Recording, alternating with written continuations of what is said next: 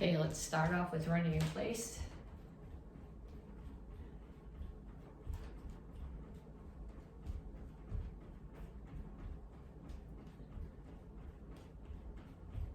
Okay, if running is not working for you because of joint problems, because of back problems, you can march or you can walk back and forth, but this is to warm up, so you need to start moving. Punches now, keep your feet moving, keep your hands up.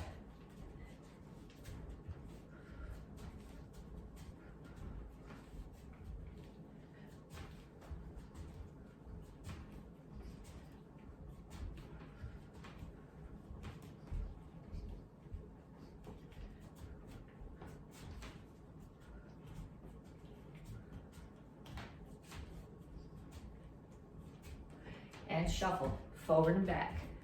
Keep your hands up. So when I'm going forward, I lead with my front foot and the back one drags. When I'm going back, I lead with the back foot and the front one drags. This is going to be important a little bit later.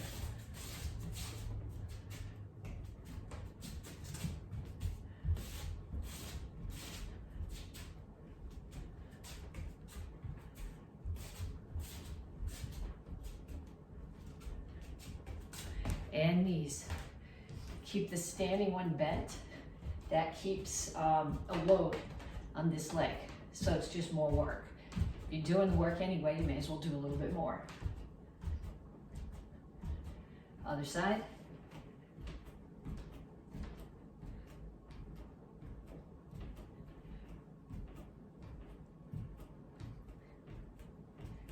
Okay, next one is skaters.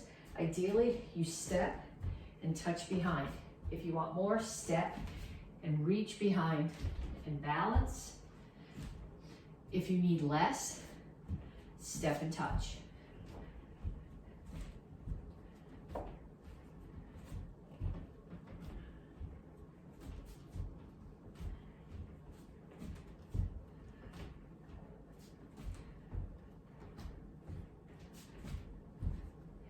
And kicks, front, side, back.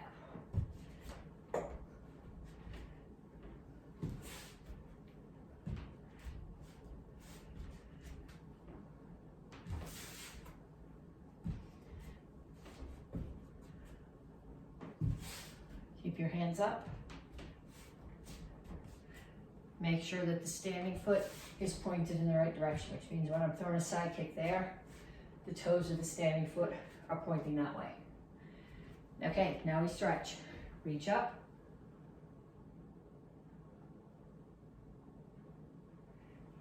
Straight out to the front. Okay, when I go out to the front, my chin is up, my back is flat. I'm not rounded here.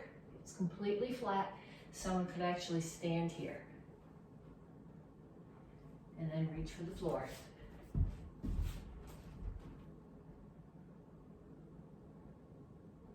Okay, over to one side, lift your chin, grab your ankle, pull your chest to your knee. So I'm not pulling my head to my knee. My head is up, and I'm pulling my chest to my knee.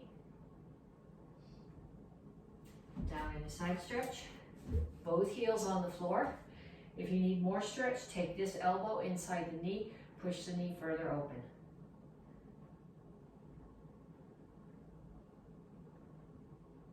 Turn, stretch your hip flexor.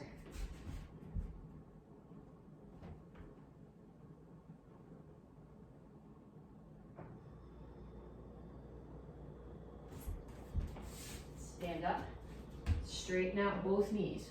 All my toes are facing in the same direction. My chin is up, my back is flat. I'm not going this way, I'm going this way. So I'm pulling my chest toward my front knee. I should feel this primarily in the hamstring and front leg. You also feel it a little bit in the calf and the back leg. Come to the center, toes straight forward, push your knees out.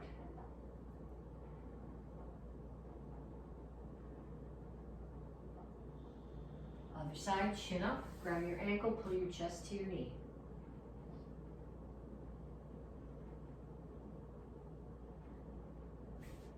Down in a side stretch. Focus on heels on the floor.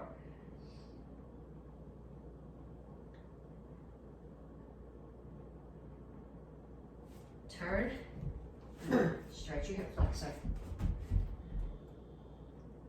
Again, if you want a little bit more, take this elbow, push into the knee.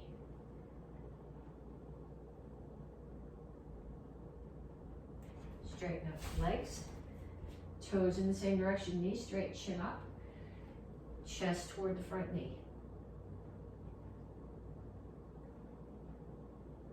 Have a seat. Bottoms of your feet together. Okay, you can either grab your ankles and push your knees down, or you can put your hands here, because in either case, your back needs to be flat. If grabbing your ankles rounds your back, you're not getting a good stretch. So in that case, put your hands here, so your elbows are pushing into your back and pushing your back straight, and just push your knees down.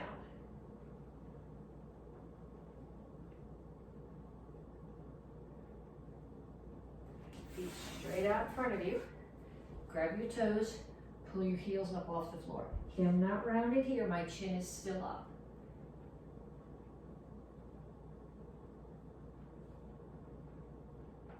Pull your feet in.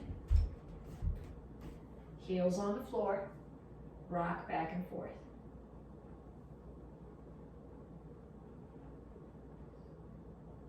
Put your hands down, straighten out your legs. Again, rather than having your head here, lift your chin. And up.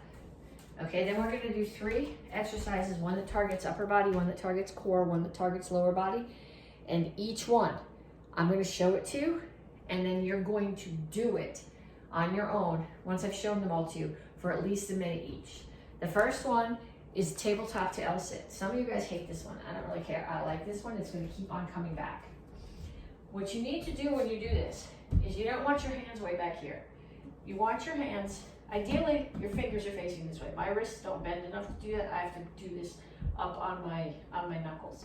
But you want to be so that when you're in L-sit, you don't want your hands way back here behind your hips. You want them here, forward of your hips.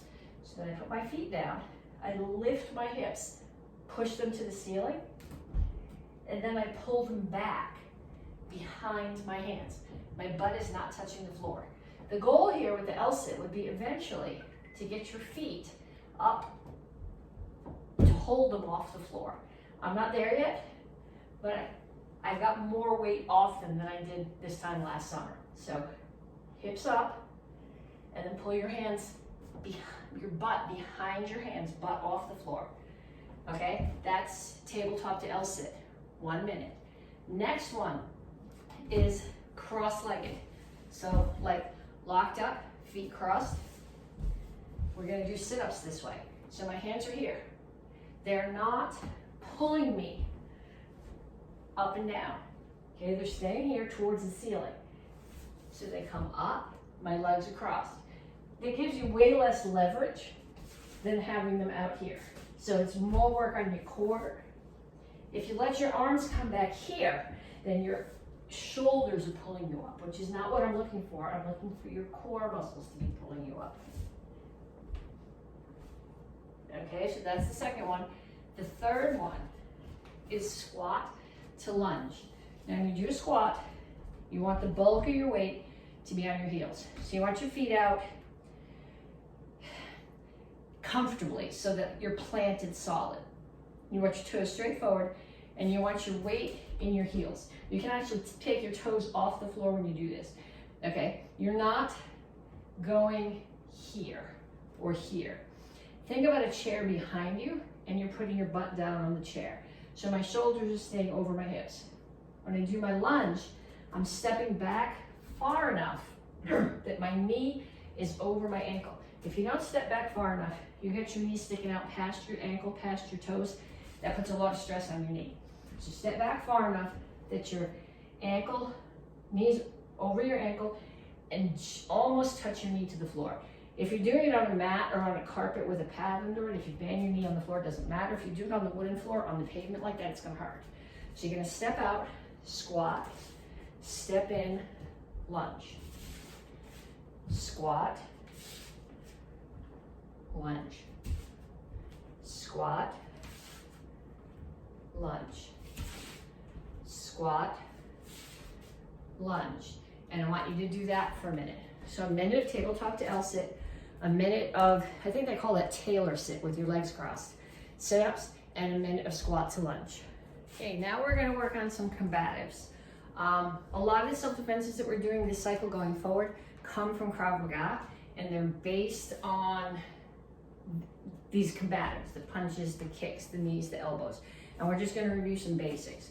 Okay, the first thing is throwing a punch correctly. Okay, you've been taking karate, some of you guys for a while, you should know this, but when you make a fist, you roll your fingers in, you tuck your thumb on the outside. You're hitting with this surface, okay? I need to get something hard. Let me get a book. You're gonna work with a book. Okay, so when you throw your punch, you want 2 knuckles touching the surface. Okay, a lot of you guys throw your punch this way. The problem with that, when you hit here, now you've got a bend in your wrist here, and that's gonna buckle. Okay, if you hit, we need to hit with these 2 knuckles and your wrist in a straight line. Then what happens is that this bone, this long bone, supports these bones in the back of your hand. If you rotate your hand this way and you hit with these 2 knuckles, now see there's a bend. So this bone is not supporting these, and these little bones are gonna get broken. So straight line here, hit with these 2 knuckles. Hands are always up. Okay, so when I throw a jab, I'm throwing it at the height of the nose or the throat of someone who's the same height as I am. I'm starting in my fighting stance, which is all my toes facing forward, weight off my back heel. Actually, back heel off the floor, weights off my front heel. Power comes from rotation. I'm gonna rotate into my jab, lift my shoulder a little bit, protects the side of my head. Other hand is still covering my head. And then I rotate again and push off the back heel and cross. Then I'm gonna hook. Okay, so hook is not a haymaker, it's a hook. So I'm here, I'm gonna lift my elbow and rotate my hip. So lift my elbow, rotate my hip. And then the hand's gonna come right back here when I do my uppercut. My uppercut's not gonna swing down, it's here, it's just gonna come down a little bit. I'm gonna rotate my hip, and my hip is what's gonna drive it. So I'm gonna go jab, cross, hook, uppercut. Jab, cross, hook, uppercut. Then we're gonna move forward and back doing that. Jab, cross, hook, uppercut. Jab, cross, hook, uppercut. Jab, cross, hook, uppercut. And back the same way.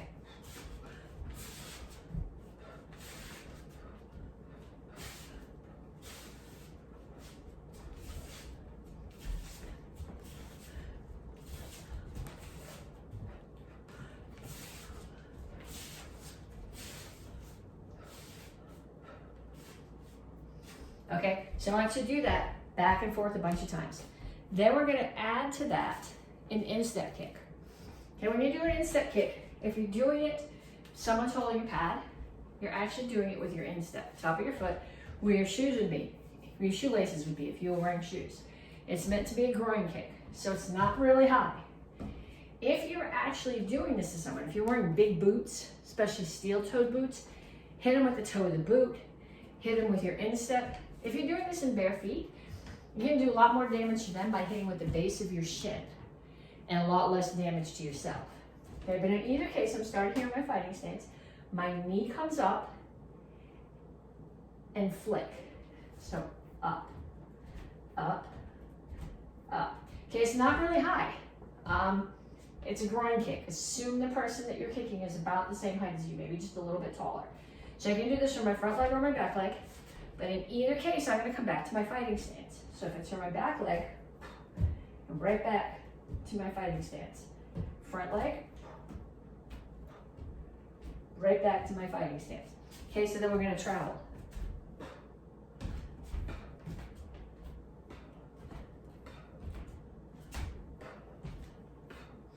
You can skip into it. Gives you a little bit of more forward motion and a little bit of settle as your weight lands. Okay, so try that forward. Scoot back. Try it on the other leg.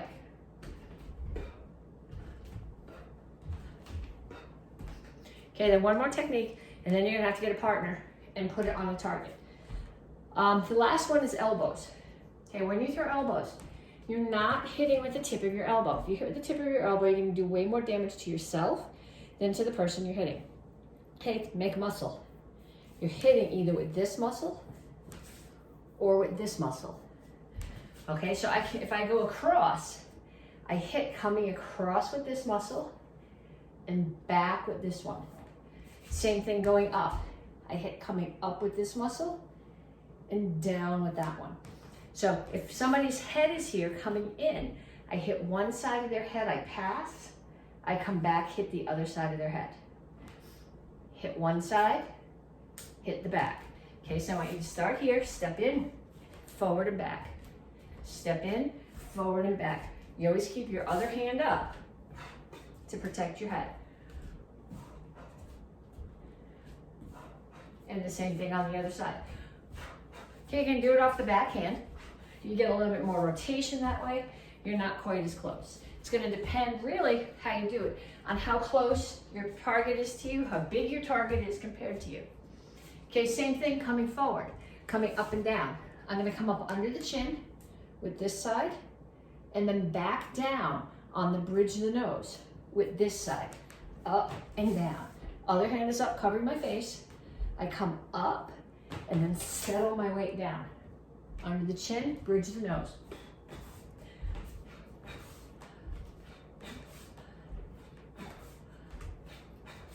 Same thing on the other side.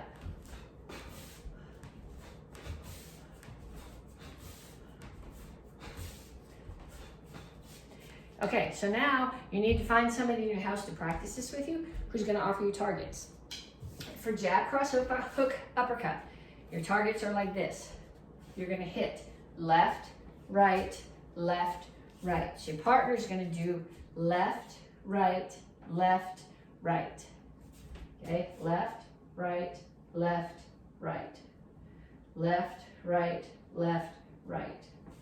For the instep kicks, you're gonna hold the target here. You can do this with hands if you have focus pads or little pillows, do it with those. Otherwise, do it with hands, just don't hit so hard. But when you're doing an instep kick, you don't wanna hold it here because this is meant to be a groin kick, okay? And if they actually hit the target with their shin, they're gonna get your groin with their foot. So you wanna hold it out here, get your groin way out of the way. So you're gonna hold it and you're gonna kick. For the elbows, you may have to turn or put the pads back to back or up and down. Okay, but I want you to do is I want one person to offer 10 sets of targets. So this is one set. For jab, cross, hook, uppercut, 10 sets. Okay, 10 instep kicks on each side, and then 10 sets of these elbows and 10 sets of those elbows on a target. Okay, so we're gonna work on some drills for skills today. That's basic techniques that are in all your forms, they're in all your self-defenses. Okay, so we're gonna start with high blocks. So if you came from American Kempo, or you've been watching the kids do Kempo high block, as soon as your target's or your attacker is very close to you, and your high block just comes up across the front of your face. Okay, the one that we do in Tang Soo, is a mid to long, this works better in Krav too. But Tang Soo, which is where our forms come from, is a mid to long range art. So you're assuming you have time for a full crossbody chamber. Okay, power comes from rotation. So if I'm gonna block, I'm gonna start my high block with my right hand. So I'm gonna take my right hand, I'm gonna put it on my left hip, palm up. It's gonna come across my body, rotate, and block with my palm out. Okay, if I took my two hands, okay, visualize a house that a little kid draws, okay? So here's the two sides of the house. Take one off, cross it a little bit further over your body. That's the position for your high block. In addition to being a block, it's a beautiful strike for your forearm up under the side of someone's chin. Okay, so I'm gonna do just one hand right now. Right hand starts on my left hip, it's palm up, it rotates as I set the block. So 1, 2, 3, 4, 5. And then other side.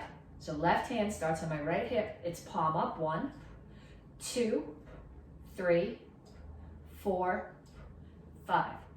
Okay, then I'm going to add the other hand, just because that's how you do a proper chamber. So the right one is blocking. It's on the left hip, palm up. The left one is on top of it, cup and saucer. Cup and saucer means that they're this way, palms are facing each other. Okay, so the one that's going to block is on the bottom. Comes up, it blocks, and as I do, the other one turns over, so it's chambered, ready to go, palm up on that hip. So I'm going to come back here, 1, 2, 3, 4, 5. Same thing on the other side, 1, 2, 3, 4, 5. Okay, then when I alternate them, I'm going to start here. Right one is going to block first. So it's on my left hip, palm up. Left one is on top. Comes across, it rotates and blocks, and the one that's on the bottom rotates. Okay, then to go to the other side, this one, left one's going to stay in the same position that it's in, palm up. Come across to the other hip, and this one's just going to drop down on top of it. Now the one that's on the bottom blocks. It comes up, it rotates, and the one that's left on my hip rotates like we practiced. Okay, then it stays in that position, it comes across. Other one drops down on top of it. Bottom one comes up and rotates, and the one that was left on top rotates again. So we come here. Okay, so 1, 2, 3, 4, 5, 6, 7, 8, 9, 10. Okay, so that's a high block. That's in almost every form that you're going to do from the time that you start forever and ever. Okay, another technique that I want to work on is a center block, or low block and a center block. Okay, so we did our high block. Low block, it's going to start here. So actually, let's start with the right hand. So I'm going to start here. Right hand comes to my left shoulder. It's palm mostly up. Comes in, rotates down. So down, 1, 2, 3, 4, 5. Same thing on the other side. 1, 2, 3, 4, 5. Okay, now we're going to add a crossbody chamber. And what a crossbody chamber gives you is as you're setting yourself up for the block, it means I could do a low block here, it means I could do a high block here, it means I could do a center block. I'm ready for whatever comes at me. Okay, so the hand that's going to block on this side low starts high, and the other one is here. This one comes down, it blocks, and the other one pulls back, and it's chambered, palm up. Okay, so it could do a high block, it could rotate and do a punch. Now, to go to the other side, the hand that's here is going to come across. The other one is going to come up. The one that's up is going to drop. Okay, come across. Bring this one up in chamber, and it drops. So 1, 2, 3, 4, 5, 6, 7, 8, 9, 10. Okay, it doesn't matter, you can do this mirror to me, so if I'm doing my right hand, you can be doing your left hand, so you can be following along exactly with me. One more that I want to do is a piang block. Okay, piangs, when you do a piang block, comes across your body. It does not have a circle in it. If you add a circle in it, whether the circle goes over the top or comes out in the front, you've made it into a chill sun. Piang blocks chamber 180 degrees off of where the block is going to land, and they're straight across. Okay, so if I do this, I start here, and I come here, and I make a circle, or I come here, and I make a circle, it's not a piang. Okay, it starts here, it tucks in close to my body.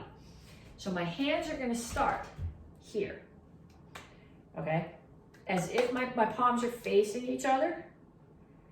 I'm not gonna look at that. That would be like doing this. Okay, this is just the chamber. So I'm actually going to be looking there. I'm looking at you right now. Well, when I turn in a minute, then you'll see how more that I'm looking at the target. But it starts here, it tucks in close to my body, and it blocks. Okay, so I'm blocking with this surface of my hand, and this hand is across my chest. It's not on my chest. If I put it on my chest and I get hit, I'm just adding a layer to what hits me. My wrist is over my solar plexus, and it's a couple of inches out off my chest. Okay, so it starts here. I'm looking at my target. It comes in tight, close to my body, and blocks. Low block is the same thing. Chamber's here and block. So 1, 2, 3, 4, 5. Same thing on the other side. 1, 2, 3, 4, 5. Okay, so what I want you to do with this is I want you to stand against the wall. Okay, so pretend to have a wall here, or put a body there or something, and chamber. Okay, I'm staying, I don't want my toes against it. For a lot of you guys, that's gonna, if you put your toes against it, your body's gonna be touching the wall. But you want no more than, I don't know, 8 or 10 inches between your chest and the wall. Your hands are gonna tuck in and chamber, tuck in and block, tuck in and chamber, tuck in and block. I want you to do 10 on each side. Okay, so these are techniques that are in all the forms we're doing this cycle. So you need to practice them. High blocks, low blocks, hang blocks, over and over and over. Okay, weapons for beginners this cycle are single eskrima stick. You can get them in foam, you can get them in wood, in rattan. Let Mrs. McCoy know what you want. These came a little bit longer than I like. They normally come around 26 or 28 inches. I like them a little shorter, so I just cut them down and filed the ends. Okay, so when you're holding an eskrima stick, right now we're gonna be working with our right hand. You're gonna take your left hand and grab the bottom of the stick. You're gonna take your right hand and put it above, and then take the left hand off. So you've got about a fist size in between. Okay, then I'm going to watch out so that I don't hit the strings on my fan, and I'm going to strikes down. So I'm going to make an X down and an X up. In both cases, I'm following through. So I'm not just hitting here, but I'm hitting all the way through. So I'm hitting somebody, I'm hitting their collarbone, I'm breaking their collarbone, and I'm dragging the stick all the way down across their ribs, and then on the other side. And then once I'm down, I'm gonna come back up. I'm gonna catch the bottom rib and come up, and bottom rib on the other side. So I start here. I always keep my other hand up when I use sticks, just to protect my head. From a self-defense point of view, it's smart, and if you're working with a partner, it's also smart in case one of you loses control. Better to get hit in the hand than hit in the face. Okay, so I start here. I'm in my guard stance, my hand is up.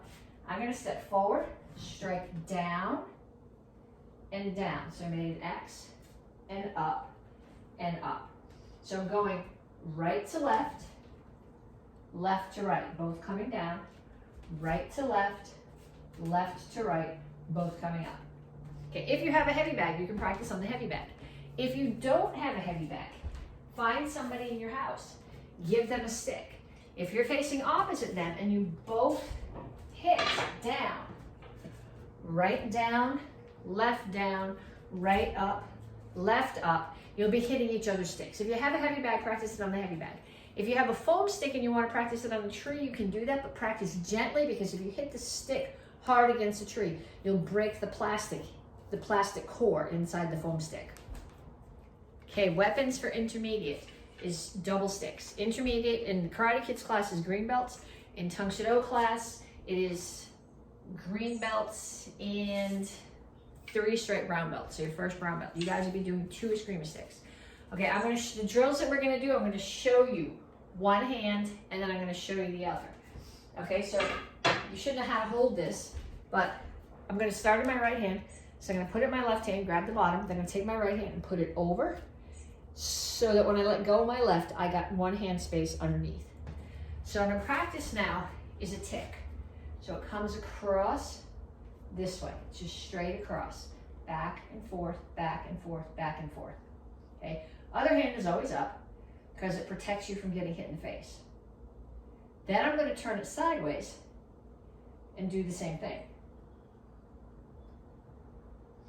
And then I'm going to put it in the other hand. So when I put it in the other hand, when I put it in my left hand, I put my right hand at the bottom.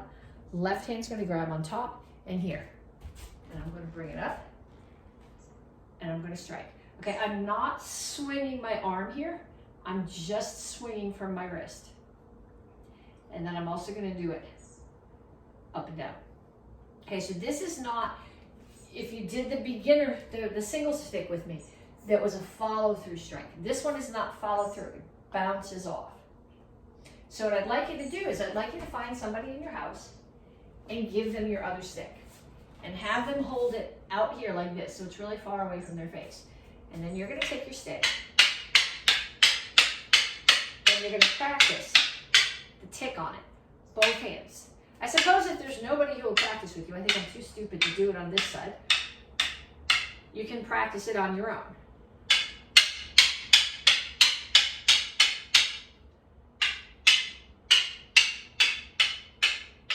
Okay, but if you have somebody, have them hold it out and practice it with them.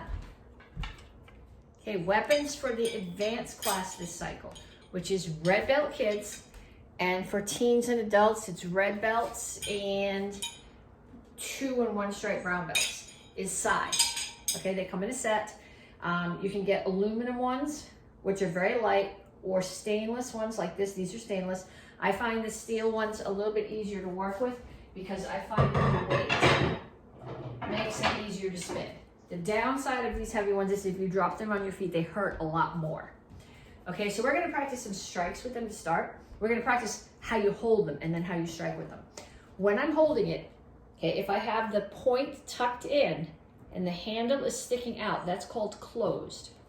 Okay, so if it's closed and I'm striking, my tines, like the fork, they're called tines, like a fork, are up and down. Okay, so you're gonna start in triple chassé with a center punch, and you're just gonna stride forward and punch. My tines are up and down, weapon is closed, and I'm hitting with the butt end.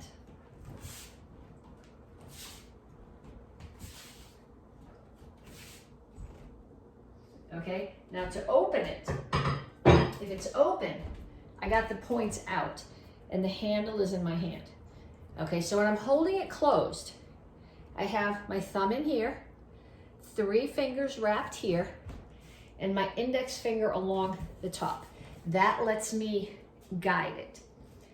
To open it, I'm gonna let go of these 3 fingers. I'm actually gonna let go all of my fingers, and I'm gonna hang it between my thumb and my index finger. Now I'm gonna take my index finger, put it here, push, and grab. Now when I grab, you don't want your thumb in here. It needs to be here. Because what you're doing with these, one of the defenses that you would do with these, if somebody's trying to hit you over the head with a sword or a stick, well, you're gonna get out of the way, obviously, but you're gonna block here. So if you have your thumb on the inside, it's gonna get cut off, okay? Red belt kids, ask, if you don't know the first aid for thumbs cut off, talk to me and I'll let you know. Okay, so to open it, you're closed, 3 fingers here, 1 here, finger across the back, lay it flat, let go everything and just let it hang on this web between your thumb and your index finger. Put the index finger here, push and open, thumb is here. To close it, I'm gonna stick my thumb in that hole and just pull it back and grab. So I want you to practice, open, close, open, close, open, close, open, close. And then same thing on the other side. Open, close, open, close, open, close, open, close. Okay? When you strike with it closed, your tines are up and down. When you're striking open, the orientation depends on what you're doing. If I am raking, so when I say rake, it'd be like coming across somebody's face. I'm just opening here and dragging across with my tines up. If I'm stabbing, I'm gonna open and stab this way with my tines down. So what I want you to do is I want you to go punch, rake, punch, stab, punch, rake, punch, stab. And then the other hand, punch, rake, punch, stab, punch, rake, punch, stab. And practice that over and over and over so you can do it consistently without dropping it on your toes. Okay, black belt weapon for this cycle. This is for all the black belts, AK black belts, and Tang Soo black belts, is dagger. We're doing a form called Dan Gum, which is a Tang Soo dagger form. You're using a practice dagger. Okay, if you don't have a practice dagger,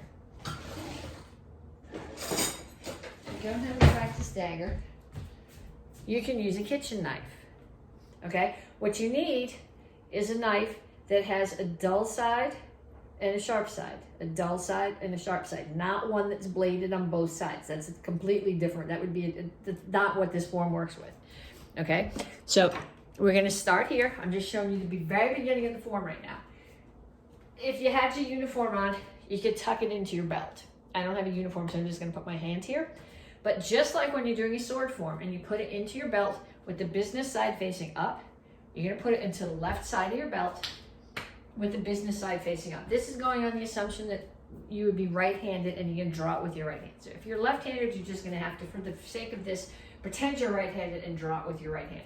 So it starts on my left hip, and I'm at Shimbi. To start, and I'll do this facing in both directions, I'm going to bring my left foot in. If you know Tang Soo, this is going to look very familiar. Left foot comes in, hand comes around, and I pull it out, and it's hidden behind my other hand. My elbows are up level, they're not down here. Okay, first count, I'm going to lift it out so you can see it, and step back into it's shorter than a hukul chassis, but my hips are forward, low block, and I'm stabbing straight back.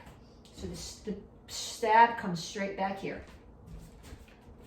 Next count, I'm going to step into Chungul chassis and cut across. So it's cutting across from right to left, and my left hand is chambered at my hip.